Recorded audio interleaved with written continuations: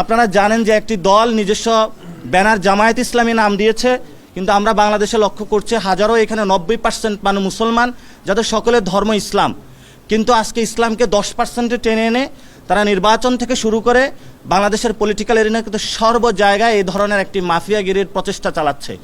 এই যে গণ অভ্যুত্থানটা হলো, এটা আপনারা একটু সব মনোযোগ দিয়ে একটু সময় নিয়ে শুনবেন যে আমাদের এই গণ অভ্যুত্থানটা যে হলো, এখানে কিন্তু আওয়ামী লীগের অনেকগুলো অ্যাসেট রেখে তারা চলে গিয়েছিল, এবং এই নির্বাচন কমিশনটা 15 বছর তারা নিজেদের মতন সাজিয়েছিল।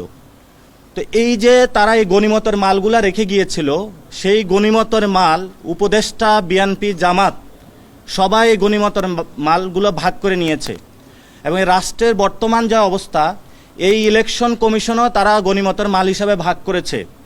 আর্মি এক ভাগ নিয়েছে, বিএনপি এক ভাগ নিয়েছে, জামাত এক ভাগ নিয়েছে। কিন্তু আমরা তো জনগণের একটা প্রতিষ্ঠান হিসাবে এই নির্বাচন কমিশনকে দেখতে চাই। এজন্য আমরা ওনাদেরকে বলেছি যে এটা 3-4 দল বা আর্মির অথবা ডিজিএফআইয়ের একটা আপনি গণিমতের মাল হিসাবে দেখবেন না যে আওয়ামী লীগ রেখে গিয়েছিল পুরা নির্বাচন কমিশন খালি, আপনি রুলস রেগুলেশনের মধ্যে আসতে হবে। দ্বিতীয় একটি বিষয় যে আপনারা জানেন যে ইতিমধ্যেই গুমের ঘটনায় আমাদের দেশপ্রেমিক সেনাবাহিনীকে যারা কলঙ্কিত করার প্রচেষ্টা চালিয়েছিল, তাদেরকে আদালতের পর্যবেক্ষণে এসেছে এবং তাদেরকে সেখানে তারা গৃহবন্দী হয়েছে।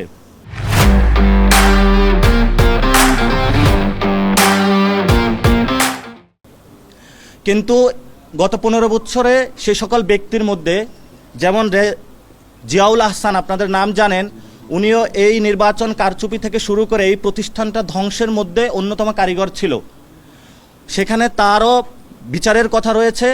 তেমনিভাবে আজকে আমরা বলেছি গত 15 বছরে এখানে যারা নির্বাচন কমিশনে এই সকল কার্যক্রমের সাথে সংশ্লিষ্ট ছিল তাদেরকে বিচারে আওতায় আনার জন্য। কিন্তু ওনারা আমাদেরকে যে উত্তরটা দিয়েছে, নতুন কোনো রিক্রুটমেন্ট হয় নাই, ফলত ক থেকে কয়ের জায়গায় খ দিয়েছে, খয়ের জায়গায় গ দিয়েছে, ইন্টারচেঞ্জ করেছে। কিন্তু নির্বাচন কমিশন আগের যে পরিস্থিতিতে রয়েছে সেই পরিস্থিতিতে রয়েছে। এই বিষয়গুলো আমরা উল্লেখ করেছি, তাদের নজরে এনেছি। আরেকটি বিষয় হলো এই যে গণতান্ত্রিক যে যাত্রা আমাদের, এই গণতান্ত্রিক যাত্রায় আমরা নির্বাচন কমিশন কোনো নির্দিষ্ট ধর্মের কাছে দিতে চাই না, কোনো ধর্মীয় রাজনৈতিক দলের কাছেও দিতে চাই না, অথবা কোনো ফ্যামিলির কাছেও আমরা এই নির্বাচন কমিশন বর্গা দিতে চাই না। আমরা চাই নির্বাচন কমিশনটা জনগণের হবে। এই জন্য আমরা জুতোর তলা ক্ষয় করে হলো বারবার এই নির্বাচন কমিশনের কাছে আসি, আপনাদের সামনে দাঁড়াই। আমরা ওনাদের কাছে বলেছি যে নির্বাচন কমিশনকে স্বাধীন করুন, স্বাধীন প্রতিষ্ঠান হিসেবে রাখুন।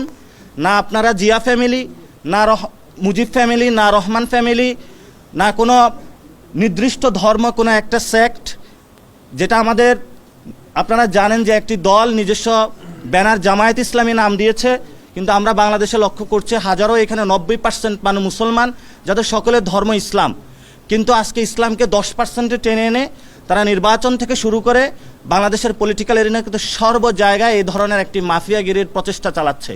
এজন্য আমরা বলেছি কোনো নির্দিষ্ট ইসলাম, কোনো নির্দিষ্ট ফ্যামিলির কাছে ইলেকশন কমিশন বর্গা না দেওয়ার জন্য, বাংলাদেশের যে জনগণ রয়েছে সকলের কাছে দেওয়ার জন্য। এবং আমরা তাদের কাছেও আহ্বান রাখব, যদি নির্বাচন কমিশন একটি গণতান্ত্রিক প্রতিষ্ঠান আমরা রূপান্তর করতে পারি, তাহলে যেমন জামায়াত ইসলামী সুযোগ সুবিধা পাবে, রহমান ফ্যামিলিও সুযোগ সুবিধা পাবে, জিয়া ফ্যামিলিও সুযোগ সুবিধা পাবে, সকল মানুষ বাংলাদেশে সুযোগ সুবিধা পাবে।